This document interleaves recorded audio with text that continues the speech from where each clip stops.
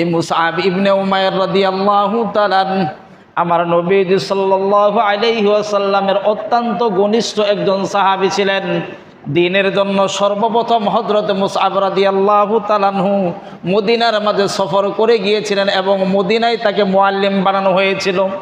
হযরত মুসআব ইবনে উমাইর বলে কেমন ব্যক্তি ছিল, আরে আল্লাহু আকবার আল্লাহু আকবার।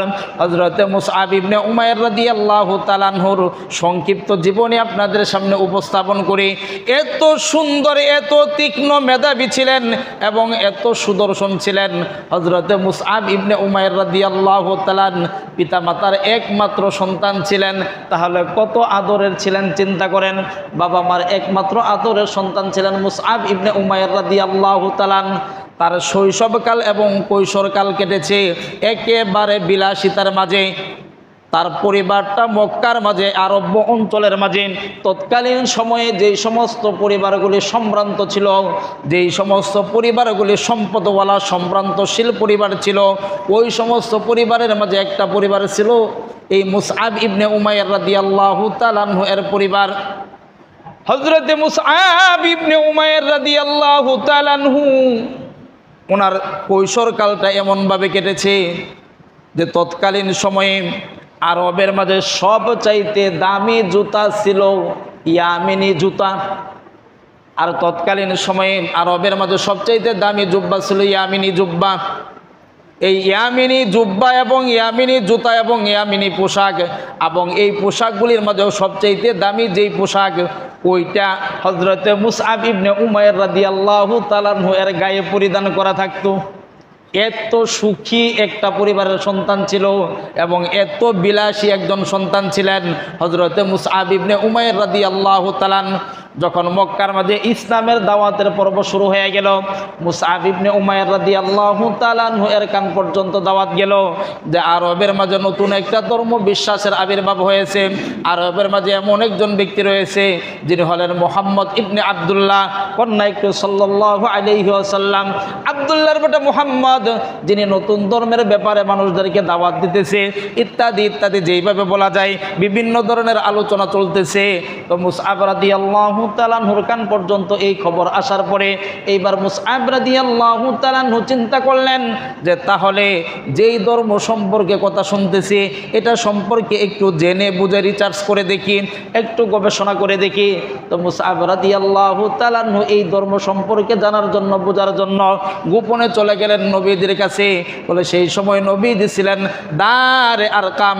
এই দারে আরকামের মাঝে নবীজি সাল্লাল্লাহু আলাইহি ওয়াসাল্লাম সাহাবায়ে কেরাম রাদিয়াল্লাহু তাআলা আনহুম আজমাইনদেরকে দ্বীন শিক্ষা দিতেছিলেন, দ্বীনের কারিকুলামগুলি শিক্ষা দিতেছিলেন। সেই জায়গার ভিতরে যাওয়ার পর নবীজি সাল্লাল্লাহু আলাইহি ওয়াসাল্লাম হযরতে মুসআব ইবনে উমাইর রাদিয়াল্লাহু তাআলা আনহুর হাতের মাঝে ধরছে।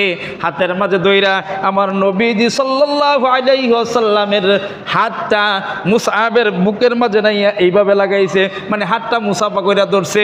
এরপর হাতটা যখন এইভাবে নিয়া নবীজি মুসআবের বুকের মাঝে রাখছে, আরে আল্লাহু আকবার আল্লাহু আকবার।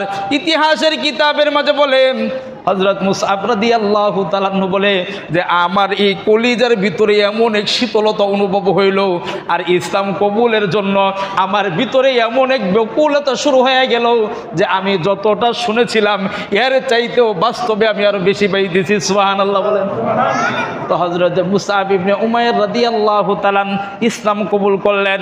তো ইসলাম কবুল করার পরে মুসআব রাদিয়াল্লাহু তাআলা এমন সময় ইসলাম কবুল করলেন যেই সময় মক্কার মধ্যে মুসলমানদের উপর এমনভাবে অত্যাচার চলতেছিল।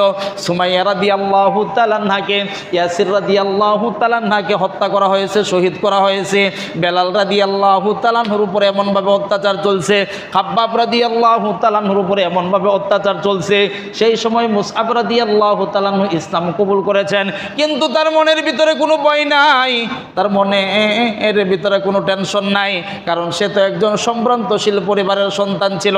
কিন্তু তার মনের ভিতরে শুধু একটা মাত্র ভয় ছিল, তার মার নাম ছিল খুন্নাস বা খোয়ান্নাস যেটাই বলা হয়, তার মার নাম ছিল খোয়াইনিস অথবা খোয়ান্নাস যেটাই বলা হোক। তো এই খোয়ান্নাস তার মা ছিলেন, ওই মহিলা ছিলেন অত্যন্ত মেধাবী এবং অত্যন্ত ব্যক্তিত্ব সম্পন্ন একজন মহিলা।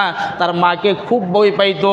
তো মুসআব ইবনে উমাইর রাদিয়াল্লাহু তাআলা ইসলাম কবুল করে যখন বাড়ির মাঝে চলে আসলেন, বাড়ির মাঝে চলে আসার পরে আল্লাহু আকবার চিন্তা করলেন যে মা যতক্ষণ না পর্যন্ত ইসলাম কবুল করতেছে ততক্ষণ সময় পর্যন্ত ইসলামের বিষয়টা বলা যাবে না, কারণ মা যদি টের পাওয়া যায় তাহলে এটা আমার জন্য আবার শাস্তির কারণ হয়ে দাঁড়াবে। মুসআব রাদিয়াল্লাহু তাআলা তার মাকে কোনো কিছু বলে না, নিজের ঘরের ভিতরে গোপনে গোপনে ইসলামের যেই সমস্ত কার্যক্রম করা যায়, যেইগুলি আদায় করা যায় ওইগুলি আদায় করতেছে। তো মেরে মুহতারাম ভাইও, তো নিজের ঘরের ভিতরে গোপনে আর কয়দিন করা যায়, কারণ সুগন্ধি হয়তো আপনি তালা বন্ধ করে রাখতে পারেন, কিন্তু সুগন্ধির ঘ্রাণ তো আর আপনি তালা বন্ধ করতে পারবেন না? পারবেন? আতর আপনি বন্ধ করে রাখছেন, কিন্তু আতরের ঘ্রাণ তো বন্ধ করতে পারবেন না। তো নিজের ঘরের ভিতরে যেহেতু ইমানের নূর ডাইকা গেছে, ইমানের নূর যেহেতু নিজের ঘরের ভিতরে ঢুকছে, সুতরাং এই নূর তো আর ফিরাইয়া রাখা যায় না।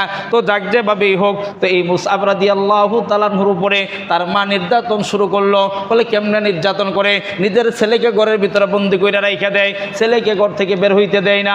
আরও কত ইতিহাস, আরে আল্লাহু আকবার, ওইদিকে ইতিহাস লম্বা করতে চাই না। হযরতে মুসআব রাদিয়াল্লাহু তাআলা যেভাবেই হোক এই ঘর থেকে সারা পাইছে, সারা পাইয়া নবীজির কাছে গেছে।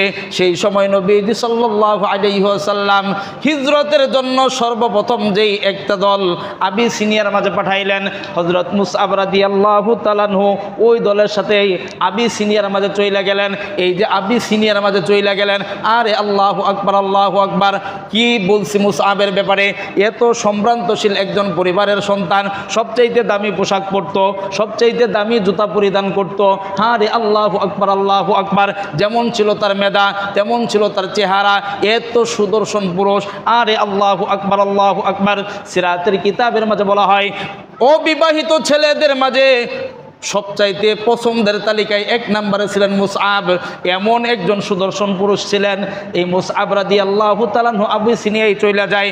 কয়েক বছর অতিবাহিত হওয়ার পর যখন সংবাদ আসলো যে মক্কার অবস্থা একটু ভালো, এটা ছিল একটা ফলস তত্ত্ব। তো মুসআব রাদিয়াল্লাহু তাআলা যখন মক্কার মাঝে আসছে, তার মা এই খবর পাইয়া আবার সন্তানের কাছে গেছে।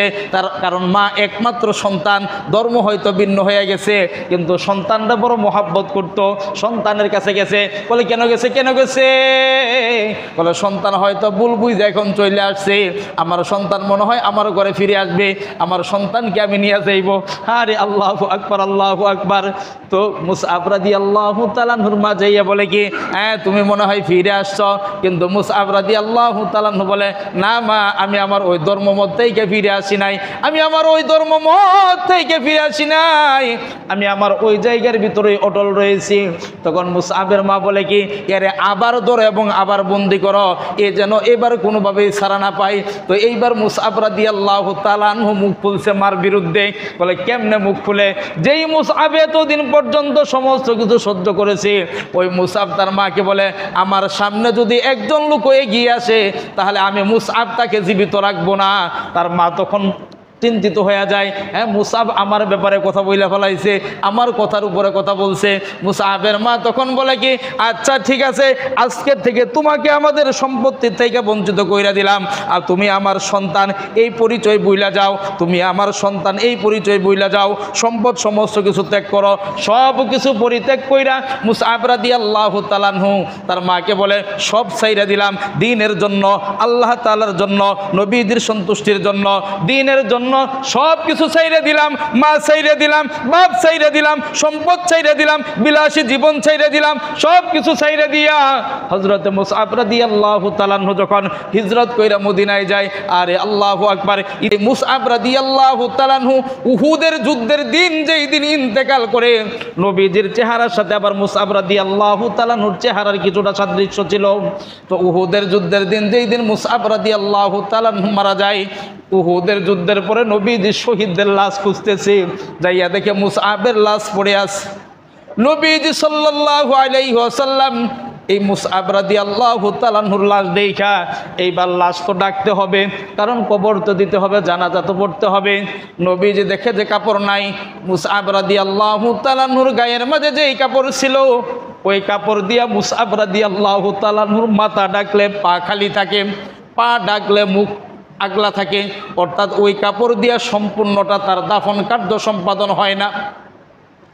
মাথা যদি ডাইকা দেয় পা খালি হয়ে যায়, আবার ওই দিকটা যদি পা ডাইকা দেয় তখন মাথা খালি হয়ে যায়।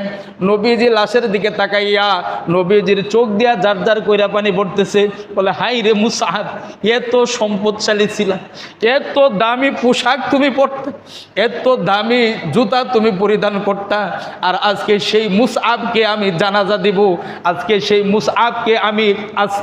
সেই মুসআবকে কাফন পরাবো, এই কাফনের কাপড় পর্যন্ত নাই। বলে কেন হয়েছে, কেন হয়েছে? বলে একমাত্র ইসলাম কবুল করার কারণে। ও মেরে মোহতারাম ভাইও, এজন্য আপনাদের প্রতি বিনীত অনুরোধ রাখি, দিন যত যাইতেছে আমরা ইসলাম থেকে দূরে সরে যাইতেছি, আমাদের সন্তানগুলি ইসলাম থেকে দূরে সরে যাইতেছে, দাওয়াতের আমল আমাদের ঘরের ভিতরে নাই, দিনের পরিবেশ আমাদের ঘরের ভিতরে নাই, আমাদের ঘরের ভিতরে গুনাহের পরিবেশ এখন সহজলভ্য হয়ে গেছে। এজন্য আপনাদের পায়ের মাঝে হাত রাইখা আল্লাহ ওয়াস্তে আপনাদের প্রতি দরদ রাইখা অনুরোধ রাইখা বলি, ঘরে ঘরে ঘরের ভিতরে ইসলামী তালিমগুলি করবেন, সিরাতের আমলগুলি ঘরের ভিতরে শোনাইবেন, সিরাতের ইতিহাসগুলি শোনাইবেন, যাতে করে সন্তানকে আদর্শ মানুষ বানানো যায় এবং আদর্শ মুসলিম হিসেবে গড়ে তোলা যায়।